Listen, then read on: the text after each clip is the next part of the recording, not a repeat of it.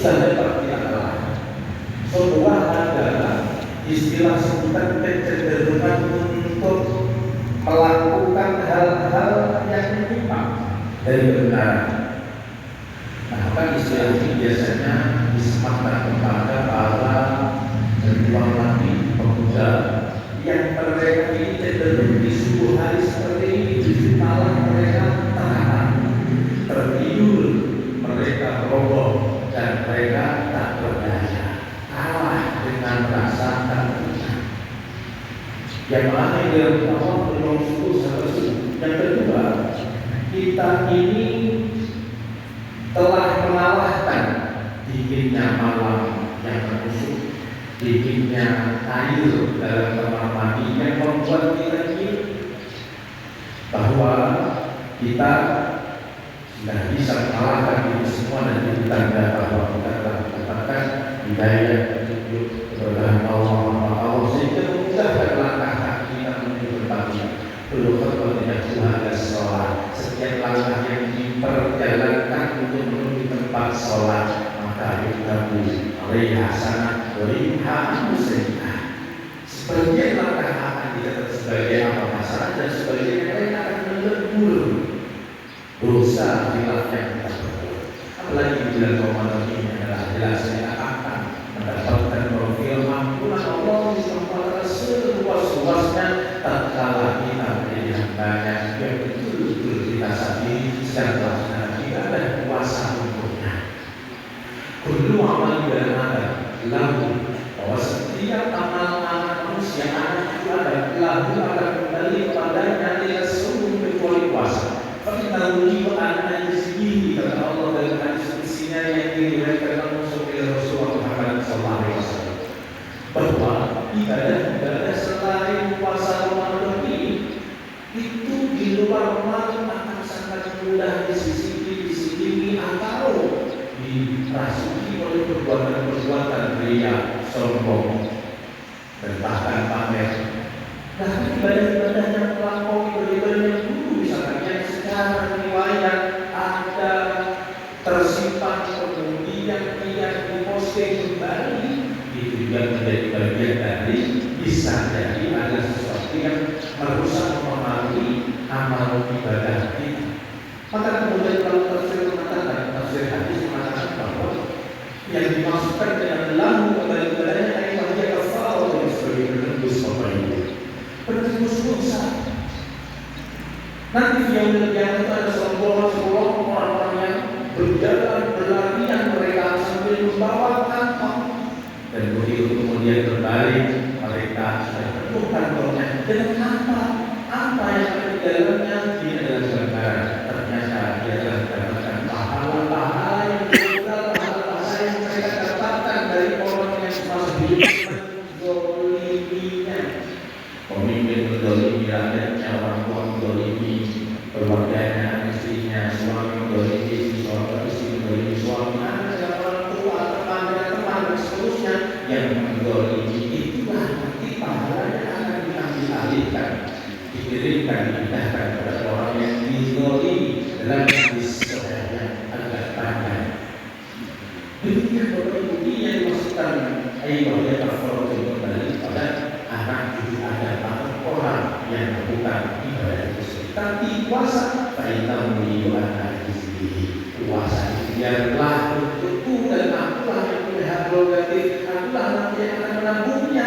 Manakala mereka memiliki amal punya tataran pahala karena habis, dia suka mendolimi, dia suka hasad, dia suka adu domba, dia itu juga sudah riba, dia itu berhasad, dia itu berriba.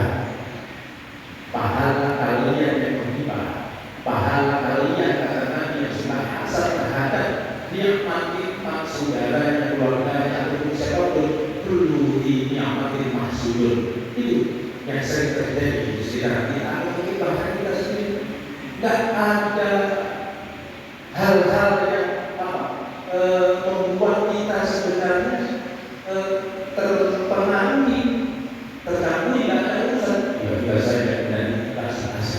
Apalagi orangnya tidak ada satu orang, tidak ada urusan dia kemudian bermain sosial media, sekolah, tidak ada urusan apa dia pergi ke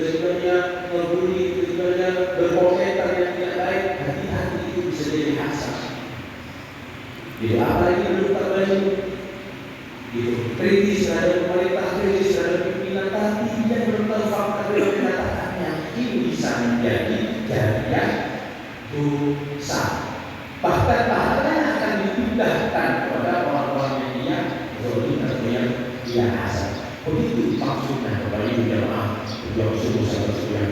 Biar Allah SWT. Jadi akan kembali dan puasa Ramadan ini memiliki istimewa kehidupan pokok dari diri Allah SWT. Maka nanti dibutuhkan Allah akan berikan dengan rahmat. Ini pahala puasa Ramadan yang setiap hari, akhir hari makin berkualitas yang menuntut diri menjadi orang yang bertakwa.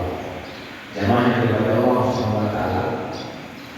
Tahun hari ini kita mencoba untuk belajar dari kisah inspiratif sebuah kurma. Kurma yang sering menemani kita berbuka puasa atau mungkin juga pada saat kita sahur tadi. Ada apa dengan kurma? Ternyata ada makna filosofis dan sejarah. Kurma itu ia memiliki pohon yang amat sangat kuat, akarnya menghingga ke bawah dan tidak merusak lantai, tidak merusak tanah. Kalau Bapak Ibu pernah langsung melaksanakan ibadah umroh haji, melihat pelataran perkebunan kurma, itu akarnya yang merusak Pak. Rapi, bahkan manis cantik terlihat tersusun rapi berbaris. Dan dia memiliki pohon batang pohon yang kuat tegak lurus. Ini sebenarnya dikatakan oleh Nabi Muhammad. Seorang muslim harus seperti kurma, akarnya menghingga, jiwa korsannya kalau dalam hal mereka, loyalitasnya, ketaatannya kepada Allah, imannya kuat tegak lurus. Itu sirotol muslim. Jadi tidak berubah, tidak berbeda. Seorang muslim yang beriman seperti itu. Kemudian kurma itu Bapak Ibu, ketika daunnya pelepahnya sudah kering, lalu pohonnya lainnya mungkin akan makin mengkilat, akan makin lemah dan jatuh. Pohon kurma yang memiliki daun pelepah itu tidak jatuh, kalau tidak ditarik oleh pengepulnya oleh orang.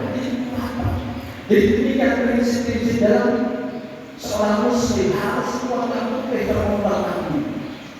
Yang lain dari Allah SWT.